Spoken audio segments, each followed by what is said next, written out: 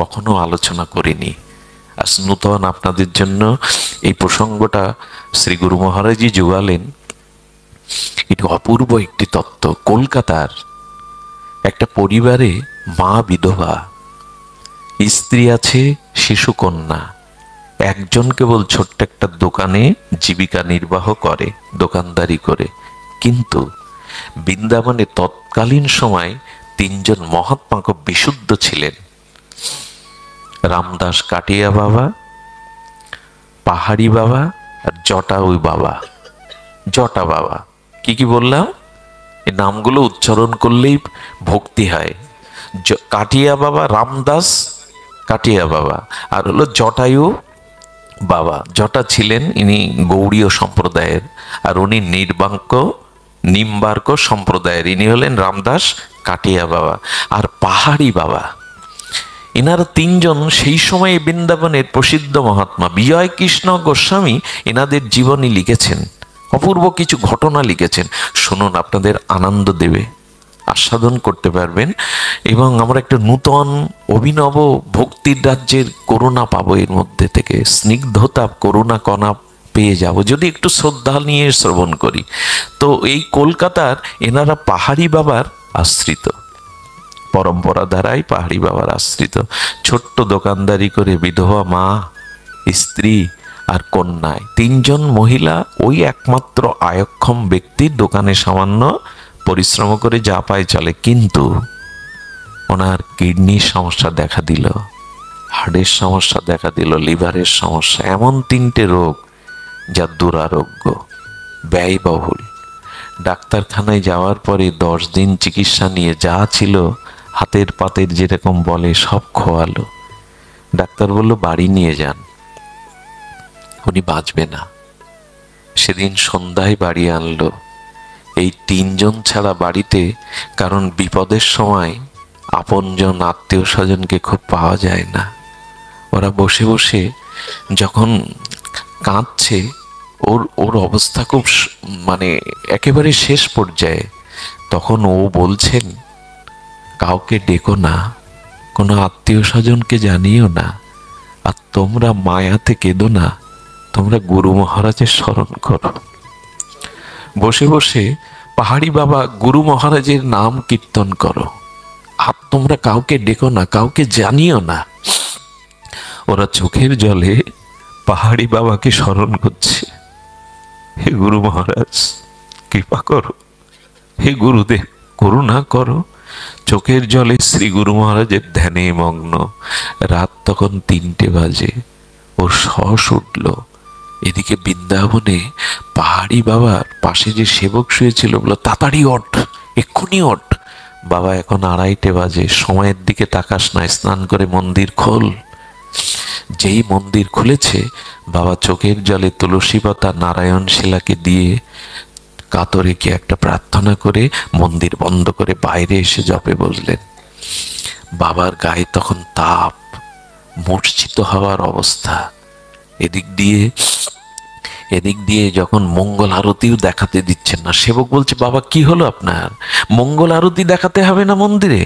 বাবা কথা বলতে নিষেধ করছেন, জপ করে চলেছেন। বাবা ওইখানে খুব কয়েকবার দীর্ঘ নিঃশ্বাস ছেড়ে মূর্ছিত হয়ে পড়ে গেলেন। বাবা আবার উঠলেন, উঠে জপ করছেন। কি ঘটেছিল জানেন সেদিন? আমি আপনাদের গল্প শোনাতে এই ব্যাসাসনে বসিনি। ওই মুহূর্ত, যে মুহূর্তে বাবা গোবিন্দ চরণে, নারায়ণ শিলার চরণে ওই তুলসী পাতা দিয়ে প্রার্থনা করলেন, সেই মুহূর্তে জম এসে ওকে টুটি চেপে ধরেছিল। বাবা তুলসী পাতাটা দিয়ে শুধু তার প্রাণনাথকে নিবেদন করেছিল, ওর যা কিছু ব্যথা যন্ত্রণা আমায় দাও, আমায় দাও। সঙ্গে সঙ্গে ওইখানে জম যে তাকে আক্রমণ করেছিল, ভোরের আলো ফুটতে ফুটতেই ভোরের শিশিরের মতো পবিত্র হয়ে সুস্থ হয়ে পড়ল। কি জানালো জানেন? জানালো জম এসেছিল তার কাছে, তাকে গলার টুটি চেপে ধরেছিল। হঠাৎ দেখতে পেলেন ছিল গুরু মহারাজ সামনে এসে হাত বাড়িয়ে দাঁড়িয়েছে, এবং সঙ্গে সঙ্গে এই জম মহারাজ পরিত্যাগ করে ওখানে শ্রী গুরুদেব দাঁড়িয়ে থাকলেন। শ্রী গুরুদেবের নাম মহিমায়, ভজন মহিমায় এটা হয়, এটা হয়। এরা সিদ্ধ মহাত্মা, এরা এগুলো নিতে পারে।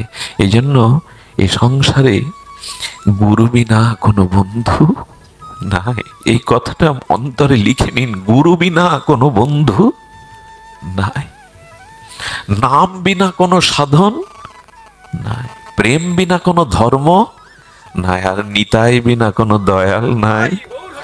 নিতাই ছাড়া কোনো দয়াল নাই। নিতাইয়ের মতো দয়ালু আর কেহ নাই, নামের মতো আর সাধন নাই। গুরু বিনা কোনো বন্ধু নাই। শ্রী গুরুদেব হলেন বন্ধু কাণ্ডারি। অর্জুন শ্রীকৃষ্ণকে নিবেদন করেছিলে, শিষ্যাস্তে মাং সাদিবাং প্রপন্নম। হে কৃষ্ণ, হে জনার্দন, আমি তোমার চরণে শরণাগত হলাম, আজ থেকে তুমি আমার গুরু, আমাকে উপদেশ দাও। কুরুক্ষেত্রের রণাঙ্গনে সারথি রূপে কৃষ্ণ তাকে শুধু রক্ষা করেননি, গুরু বলেছিলেন তো, সমর্পণ করেছিলেন তো। কি ঘটেছিল জানেন? অর্জুন একদিন ফুল তুলতে গেছে। ওর উপরে কোনো মোবাইল আছে কি? কি হয়েছে জানি না, যাই হোক, অর্জুন ফুল তুলতে গেছে। এর ঘটনা শুনুন। অর্জুন যখন ফুল তুলতে গেছে, ফুলগুলো তুলছে, তোলা হয়ে গেছে, কিন্তু ওই বাগানটাই বসেছিলেন হনুমানজি। কে বসেছিলেন বাবা? দাস্যভক্তের প্রকাশটা হনুমানজি। হনুমান তখন দেখছেন, না, অর্জুনের সাথে তো সাক্ষাৎ হওয়ার ইচ্ছা আমারও ছিল। আজ যখন সাক্ষাৎ হয়ে গেছে, তখন কি বলছে, দাঁড়াও, কে তুমি? বলে, আমি তৃতীয় পাণ্ডব অর্জুন। বলো, তাহলে তোমার গুরু, তোমার উপাস্য, তোমার সখা হলেন কৃষ্ণ। বলেন, তাতে তোমার কি? আচ্ছা, অর্জুনের সাথে হনুমানের সংলাপটা কেমন হবে? দুইজন তো শ্রেষ্ঠ, ভক্তের একেবারে পরম শ্রেষ্ঠত্ব। তো তখন হনুমান বলছেন, বুঝতে পেরেছি, ফুলটা যে তুলছো মালির অনুমতি লাগে না, তুমি তো চুরি করছো। অবশ্য চুরি করা তোমার কাজ, কারণ যার গুরুই চোর, ননি চুরি করে খেত বৃন্দাবনের ঘরে ঘরে, ননি চুরি করে। ওই স্বভাবটা তো শিষ্যের মধ্যে যাবে। যার গুরুদেব যেমন, তার স্বভাব তো তেমন শিষ্যের হবেই। অর্জুন রেগে গিয়ে বলছেন, আমার প্রভুকে চোর বলছেন? আমার প্রভুকে চোর বলছেন? আচ্ছা, আপনার পরিচয়? বলেন, আমার পরিচয়, আমি রামচন্দ্রের দাসানুদাস হনুমান। বলো, ও, তবে একটু কষ্ট করে শুনুন। হনুমান যখন বলছে না, বলো, তোমার প্রভুরও পরিচয় আছে আমার জানা। হ্যাঁ, কাঁধে তীরধনুক নিয়েছেন, উনি ভগবান। অর্জুনও সুযোগ পেয়ে গেছে, ওর গুরুকেও চোর বলছে, হনুমানকেও সুযোগ পেয়ে বলছেন তোমার গুরুদেবের তত্ত্ব আমার জানা আছে।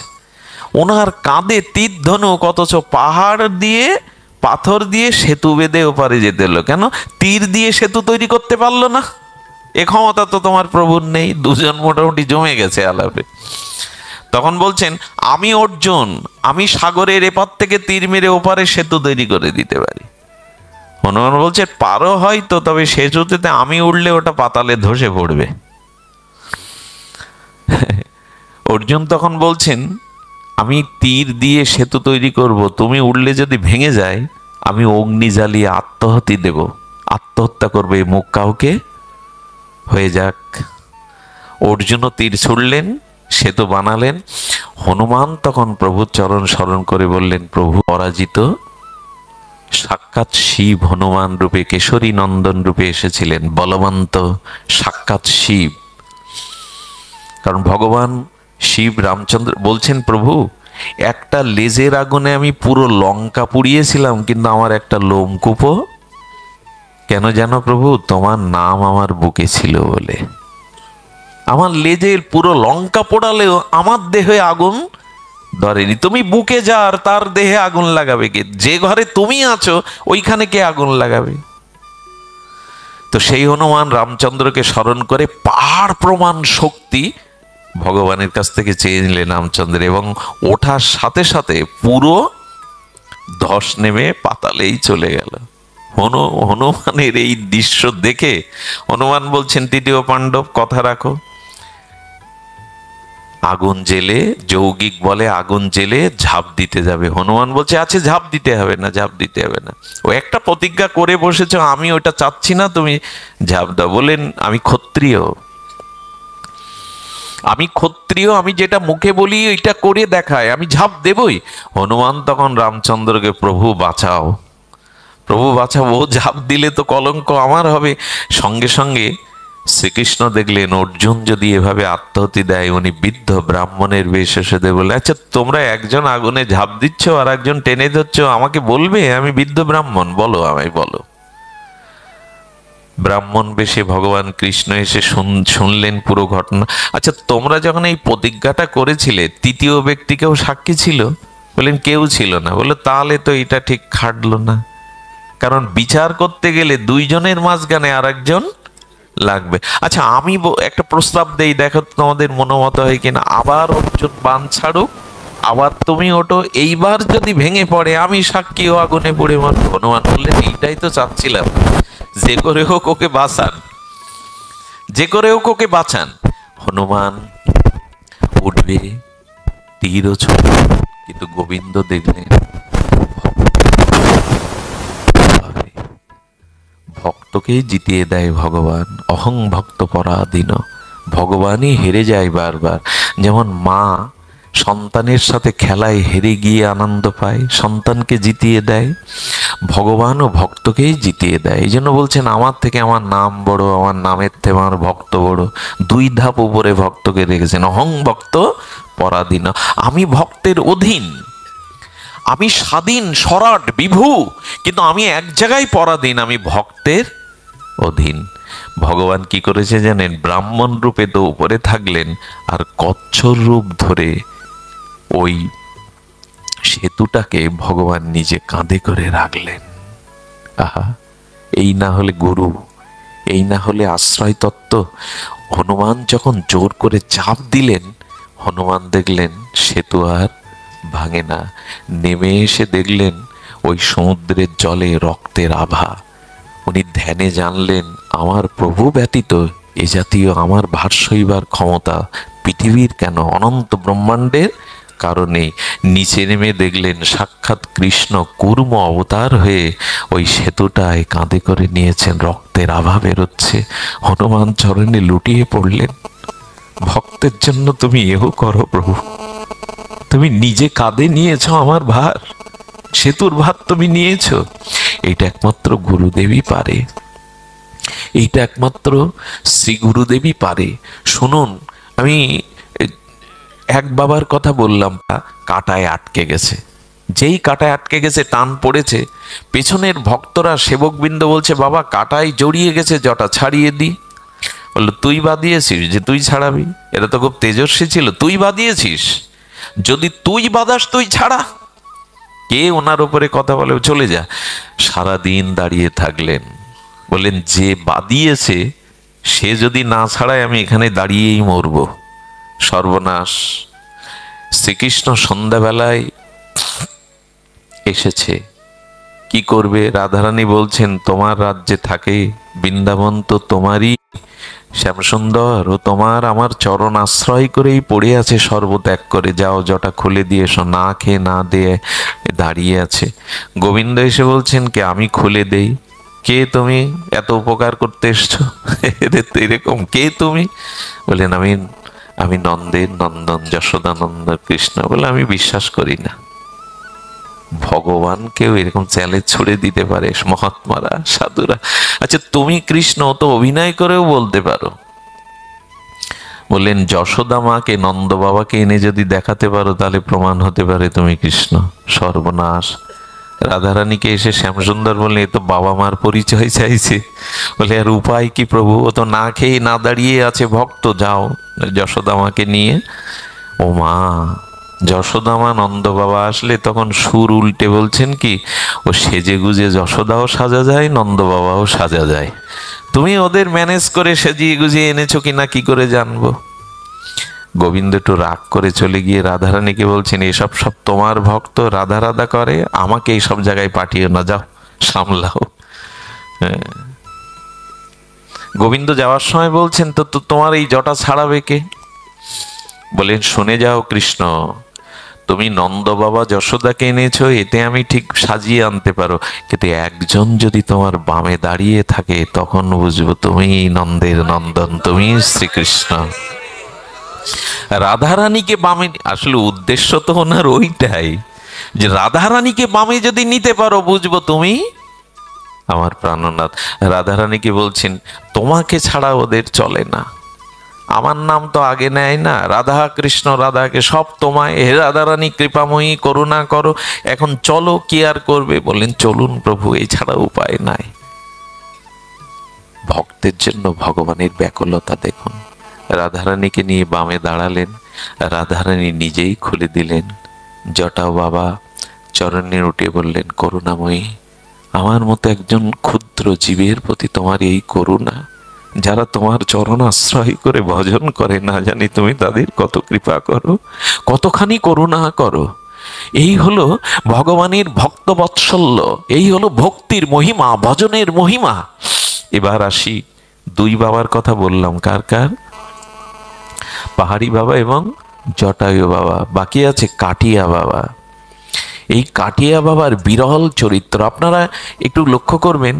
ভারতের সাধক সাধিকায় কাটিয়া বাবার চরিত্র, দিব্য চরিত্র যেভাবে আলেখ্য উল্লেখ করা হয়েছে, এই কাটিয়া বাবা নিম্বার্ক সম্প্রদায়ের আচার্য। কাটিয়া বাবা কেন বলে জানেন?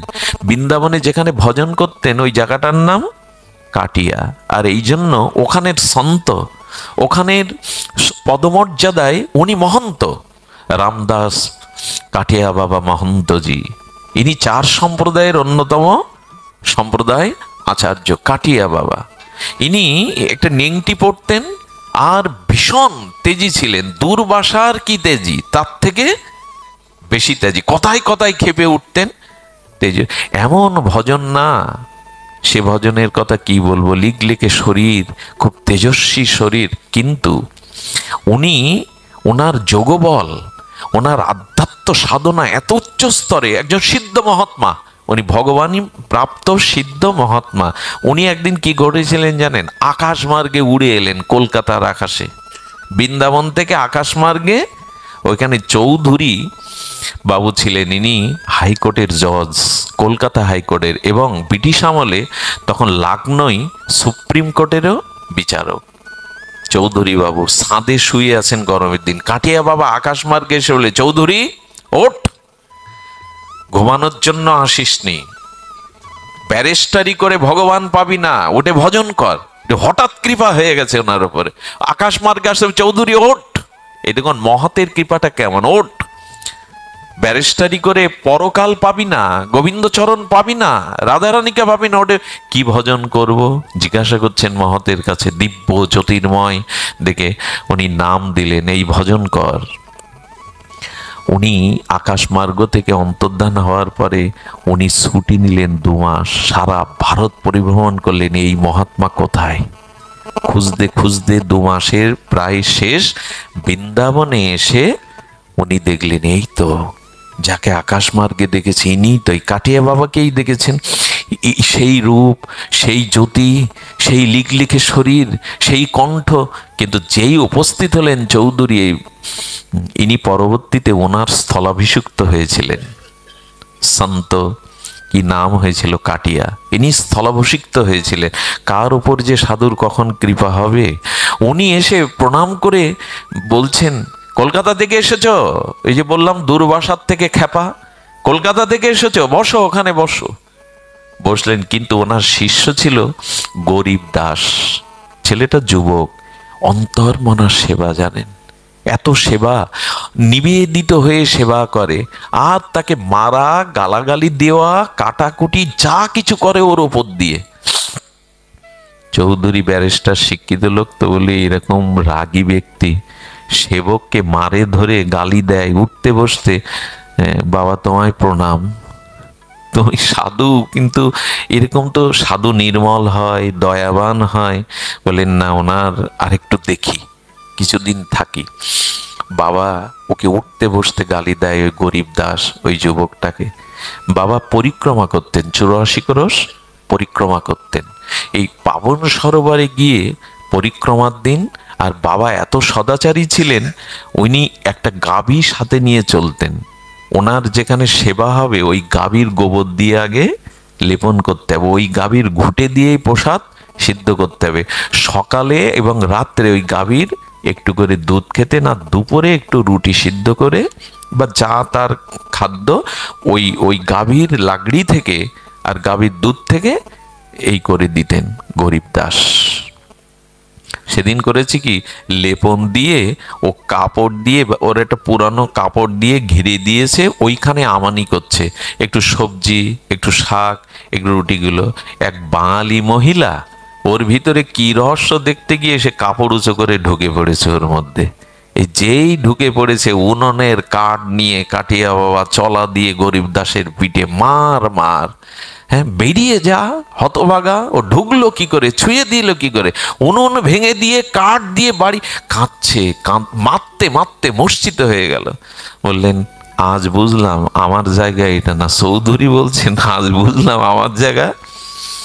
কিন্তু কোথাও একটা আকর্ষণে যেতে পাচ্ছেন না, যেতে পাচ্ছেন না। এত মার মারলেন, মূর্ছিত হয়ে পড়ে গেল। উনি গিয়ে আসন পেতে ভজন শুরু করেছেন, ভজন শুরু করেছেন, অন্তর্মনায় ভজন। 1 ঘন্টা পর ওর চেতনা ফিরল, একবারও ফিরে তাকায়নি। স্নান করলো, চোখের জলে আবার গোমাই দিয়ে দিল, আবার বাবাকে ভোগ লাগিয়ে প্রসাদ করে বাবার সামনে নিয়ে গেল। কি পাক পেত জানেন এই যুবকটা? বাবা সেবার পরে যেটুকু অবশিষ্ট থাকতো ওইটুকু পেয়ে জীবন ধারণ করত। খুব নিবেদিত ছিল। তখন ওইটুকু পাওয়ার পরে বাবা করছেন কি, ওর জন্য যে একটু রাখতে হবে, আজ উনি তা রাখলেন না। বলে, দে তো কি আছে আর কি আছে, সব সবজি রুটিগুলো চেটেপুটে খেয়ে নিলেন। ওর জন্য একে তো মারলো, 1 ঘন্টা মূর্ছিত গেল, তারপরে অবশিষ্ট যেটুকু পেত প্রসাদ সেটুকুও রাখলো না।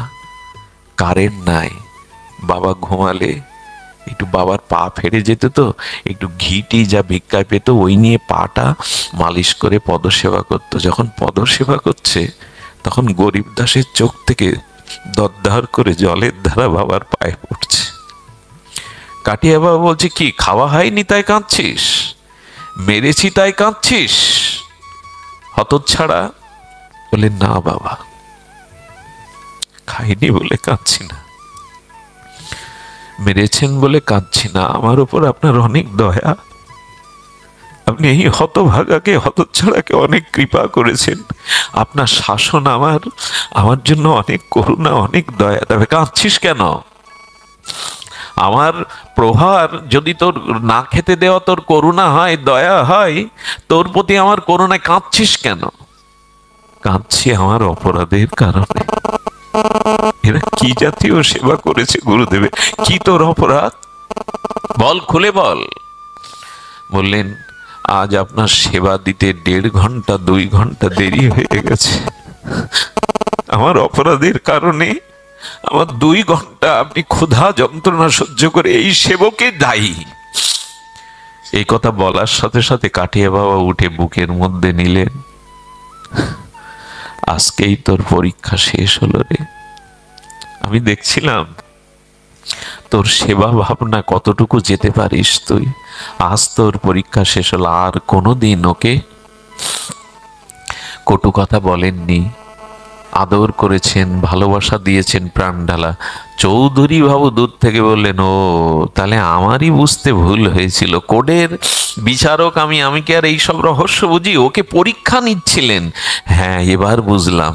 ওই দিনই উনি দীক্ষা নিলেন এবং ওই দিনই ওনার চরণে সমর্পিত হয়ে গেলেন। এবং কাটিয়া বাবা তখন বলল, কিরে গরিব দাস, আজকে কিছু চেয়ে নে, আমি সামর্থ্য গুরু তোর, তুই যা চাইবি আমি মুহূর্তেই দিতে পারি, চেয়ে নে। চরণে প্রণাম করে বললেন, যদি কোনো জন্মে আবার জগতে আসি, আপনার চরণ সেবা ছাড়া যেন আমি কিছু না চাই। এইগুলি হলো শুদ্ধ ভক্তি। শ্রীগুরু চরণে যদি এমন ভক্তি থাকে, কোনো চাওয়ার নেই। আর কিছু চাইবি না? আমি দিতে পারি তোকে, আমি দিতে পারি, তুই আর কিছু চাইবি না? বলেন, আর একটা ইচ্ছা জাগে, একটুখানি কৃপা করে আমি যে যার চরণে পড়ে আছি, আপনার চরণ ধরে যাদের চাইছি, একটু রাধা মাধব যুগলে একটু ঝলক যদি মরবার আগে দেখিয়ে দিতে পারেন, আমার রাধা মাধবের ঝলকটা যদি দেখিয়ে দিতে পারেন। বললেন যা যা, আমি কথা দিলাম তোকে যুগল সহ সখীবৃন্দ সহ রাধা মাধবকে আমি দেখাবো। গুরুদেবই পারে, সন্ত মহাত্মারাই পারে, আমি তোকে দেখাবো। এর কিছুদিনের মধ্যেই হঠাৎ করে গরিবদাস গুরুদেবের সেবা দিয়ে লুটিয়ে পড়লেন। একজন এসে বাবাকে বলছে, বাবা আপনার সেবা দিয়ে দিনের বেলায় কখনো গরিবদাস ঘুমায় না, লুটায় না, আজকেও মাটিতে পড়ে ঘুমিয়ে পড়েছে। বাবা বুঝলেন। উনি হাসতে হাসতে বললেন, কিরে তোর সময় শেষ হয়ে এলো, চলে যাবি আমায় ছেড়ে?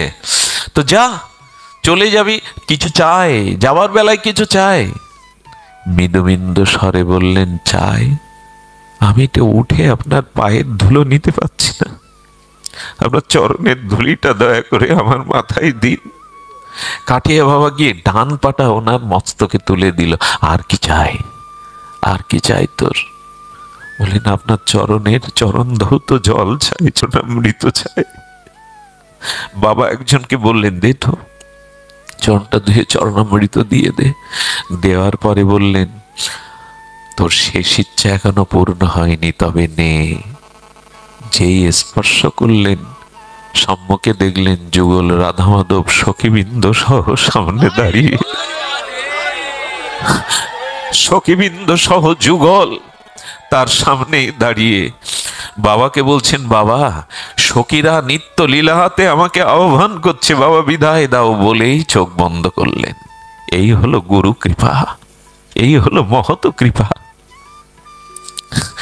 এই জন্য এই জীবনে যদি সামান্য ভগবানের প্রেম ও ভক্তির দিকে এক পাও এগিয়ে যেতে হয়, মহতের কৃপা, গুরু কৃপা ভিন্ন এই জগতে অন্য কোনো উপায় নাই। একটু সরলতা চাই, একটু কপটতা ত্যাগ করে সাধুগুরু বৈষ্ণবের চরণ আশ্রয় করা চাই। এরা ছিলেন বৃন্দাবনের ভূষণ, আজও আজও আছে। আজও শ্রীধাম বৃন্দাবনে মহাত্মাগণ আছে, যাদের দর্শন মাত্র, যাদের কৃপা মাত্র, যাদের দৃষ্টি মাত্র কৃপা হয়ে যায়। ভগবানকে ভালোবাসা, ভগবানকে ভজনা করাই জীবনের সার। সবশেষে সনাতন গোস্বামীর একটা ঘটনা মনে আসলো। আপনাদের কষ্ট হচ্ছে না তো? আমাদের ফিরে যেতে অনেক সময় লাগে, 4-5 ঘন্টা। তবুও এই যে বাড়িতে এসছি, যে বোনটাকে আমি দুটো কথা বলতে বললাম, ও আমার আসবার একটা মূল কারণ ওর জন্য। আমি চামেলি মা, আমাদের গোপালগঞ্জের, তার পিত্রালয়ে আমি প্রথমে এসেছিলাম। ওর দিকে তাকিয়ে আমার কি মনে হয়েছিল, ওর মার সাথে আলাপ করলাম। ও করে কি? ওই মেয়েটা রাধারানীকে বিছানায় নিয়ে ঘুমায় প্রতিদিন। রাধারানীর সাথে ওর একটা সখ্যতা আছে, ও দাবি করে বললাম। ওর চোখ মুখ দেখে মনে হয় ওর বাবা মাও মেনে নিতে বাধ্য হয়েছে যে না, অপ্রাকৃত একটা সম্বন্ধের পথেও যেতে চাইছে। সেই শুদ্ধতাটার কারণে ও নিজেকে অনেকটা গুটিয়ে নিয়েছে। বর্তমান জগতের মেয়েদের মতো হই হুল্লোড়ের ভিতরেও থাকতে ভালোবাসে না। বললাম, তোকে তো একটু তোর গৃহে তো যেতে হয়। এবং ওর যে মা, সেই মা তিল তিল করে চেষ্টা করছে হয়তো একটু ভজন পথে এগোবার। আমাদের একমাত্র লক্ষ্য হলো মানুষের দুয়ারে শ্রীগুরু মহারাজের আজ্ঞায় বাংলার দ্বারে দ্বারে এই হরিকথাকে, ভাগবত কথাকে পৌঁছে দেওয়া। সেই উদ্দেশ্যেই আসা। এই জন্য আমি একটু সময় নিয়েও হয়তো এই কথাটা বলতে আমার ভেতরে ব্যাকুলতা জাগছে। যাদের একমাত্র আমি ওকে সতর্ক করেছি, কোনো আবেগ আবিলতা নিয়ে ভজন হবে না। গুরু কৃপা চাই, মহতের কৃপা চাই, ভজন চাই। আমি কৃষ্ণকে পেলেও কিছু হবে না, সামনে কৃষ্ণ আসলেও, রাধারানী আসলেও হবে না। ভজন চাই, সদ্গুরুদেবের করুণা চাই। গুরু কৃপা বিনা, মহৎ কৃপা বিনা ভগবানকে পেয়েও পাওয়া হয় না। দুর্যোধনের সামনে কৃষ্ণ আসলে কি যায় আসে? কংসের সামনে কৃষ্ণ এসে দাঁড়ালে কি যায় আসে? কিচ্ছু যায় আসে না। দরকার শ্রী গুরু কৃপা, দরকার ভজন মহিমা। শুনুন, সেই ভজনই একমাত্র প্রয়োজন। তার জ্বলন্ত দৃষ্টান্ত গোস্বামী বর্জ্য, আচার্য বর্জ্য। বিশ্ব গৌড়ীয় বৈষ্ণবের রাজসভার সভাজন মহাজন আচার্য বর্জ্য ছিল সনাতন গোস্বামী পাদ। এনার ভজন শুনলে উনি বৃন্দাবনে ভজন করতেন। ওইটা যেন এই স্থানটার নাম কি, সনাতন গোস্বামীর ভজনস্থলী, যেখানে যমুনার পাশে, জায়গাটার নাম মনে পড়বে, আমি পরে বলছি। আদিত্য টিলা, আদিত্য টিলায় সনাতন গোস্বামীর ভজনস্থলী। ওইখানেই প্রথম উনি ভজন করতেন। তো ভজন করছেন, ক ঘন্টা করতেন জানেন? দিন রাত ক ঘন্টা মা? 24 ঘন্টা। উনি ভজন করতেন 22 ঘন্টা। সম্ভব? 4 দণ্ড বিশ্রাম নিতেন, তাও বিশ্রামের মধ্যে রাধা মাধবের লীলা দর্শন করতেন। 22 ঘন্টা ভজন করতেন। আহার কি ছিল জানেন? বৃন্দাবন তখন গভীর জনকীর্ণ, গভীর জঙ্গলে পরিপূর্ণ, সাপত হিংস্র জীবজন্তু, বাঘও ঘুরে বেড়ায়। উনি কি করতেন জানেন? 15 দিন 1 মাস অন্তর, তখন বৃন্দাবনে কোনো গৃহস্থের বাস ছিল না, হাতে গোনা কয়েকজন মহাত্মা ব্রজে ছিল। উনি করতেন কি, মথুরায় চলে যেতেন। বৃন্দাবন থেকে মথুরা কয় কিলোমিটার? প্রায় 22 কিলোমিটার। উনি পায়ে হেঁটে মথুরার দুয়ারে ভিক্ষা করতেন। কি করতেন জানেন? রুটি, মাধুকরী রুটি। এই রুটিগুলো ওই বাড়ি বাড়ি মাধুকরী ভিক্ষা করে উনি কি করতেন, ওই রুটিগুলো যমুনার তীরে বালুর মধ্যে গর্ত করে, এসব ভাবা যায়, বালুর মধ্যে গর্ত করে রাখতেন। দিনে একটা করে রুটি বের করতেন, যমুনার জল দিয়ে ধুয়ে ওটাই শুধু পেতেন। যিনি এইটা করছেন, ইনি কি ছিল জানেন আপনারা? অনেকেই জানেন। ইনি তৎকালীন একজন হোসেন শাহর রাজমন্ত্রীদের মধ্যে অন্যতম প্রধানমন্ত্রীত্বের পদে আসীন ছিলেন, এবং ওনার পৈতৃক সম্পত্তি একজন সম্রাটের মতো। হাতি ঘোড়া অঢেল, ওই 10,000 স্বর্ণমুদ্রা ঘুষ দিয়ে পালিয়েছিলেন উনি। 10,000, কতটা সম্পত্তি! এবং বিদ্বান, অন্যতম বিদ্বান এবং বংশের, ব্রাহ্মণ বংশের এই সনাতন, এবং অঢেল হাতি ঘোড়া সহায় সম্পত্তি, এবং প্রধানমন্ত্রীর পদে ছিলেন হোসেন শাহর রাজসভার। তিনি এই করছেন, একটা করে রুটি বের করেন, যমুনার জলে ধুয়ে রাধারানীকে স্মরণ করে ওইটা পান। 15 দিন পর পর ভিক্ষা করেন। এটা সম্ভব?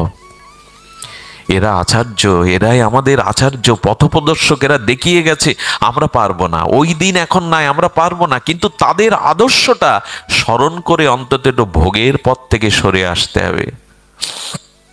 মহাপ্রভু বলেছিলেন, ভালো না খাইবে, ভালো না পড়িবে। ভালো পড়লে অহং বৃদ্ধি পাবে, আর ভালো খেলে ইন্দ্রগুলো বসে থাকবে না, ইন্দ্রগুলো বশীভূত করতে পারবে না। সনাতন গোস্বামী কাটায় কাটায় মহাপ্রভুর আজ্ঞা পালন করেছেন।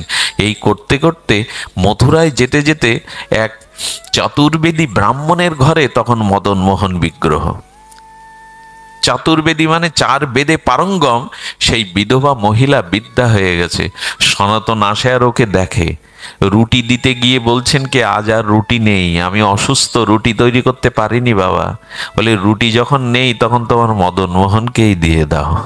মদন মোহনকে দেখবার জন্য ওই বাড়ি বারবার যেতেন উনি।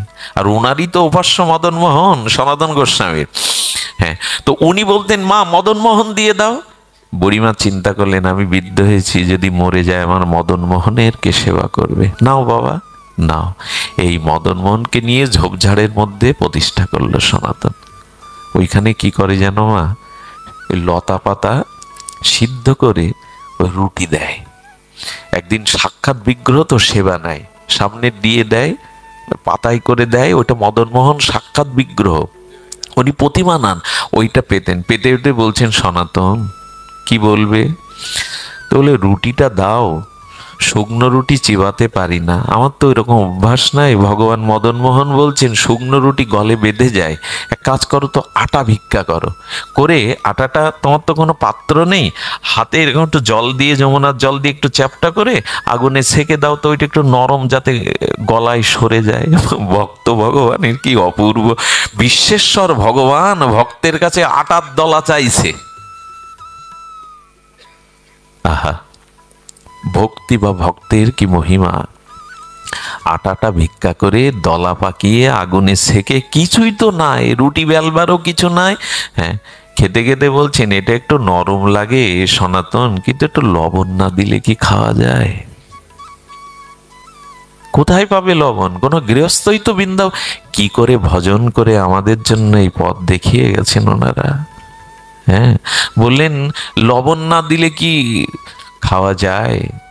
বলছে লবণ চাই, লবণ একবারই ভিক্ষা করে এনে পরের দিন বলছেন দেখো 22 ঘন্টা পড়ে আছি বৃন্দাবনে, সব ত্যাগ করে ভজনের জন্য, তোমার এই লবণ চাইতে গেলে সময় ব্যয় হলে আমি তো তা পারবো না। তোমার আবার লবণের স্বাদ জাগলো, পারো তো এই খাও, পারো তো এইগুলো খাও। বলছি একটু লবণ না দিলে হয়? আচ্ছা ঠিক আছে, আমি লবণের একটু চেয়ে আনে, লবণ দেয়।